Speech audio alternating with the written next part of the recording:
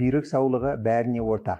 Бүгінгі күннің ұраны осы, және бүйрек ауруының алдын алудың қарапайым 8 қадамы бар.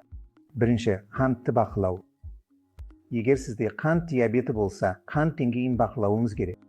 Екінші, қан қысымын бақылау. Егер сізде гипертония болса, қан қысымын бақылауыңыз қажет. Үшінші, тамақтануды бақылау. Егер сізде бүйрек ауруына қауіп төндіретін факторлар қант диабеті немесе гипертония сияқты болса, тамақтануды бақылауда ұстауыңыз керек. Төртінші, темекіден бас тарту.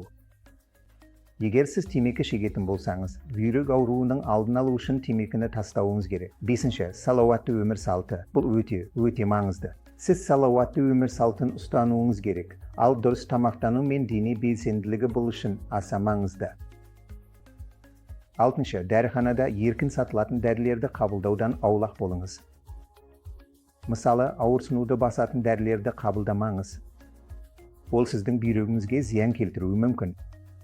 Жетінші, егер сізде қант диабеті немесе гипертония сияқты мәселелер болса, үнемі тексеріліп, дәрігеріңізбен кеңесіп тұрыңыз.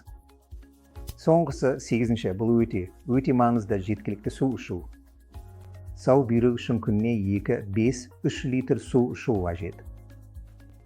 Рахмет.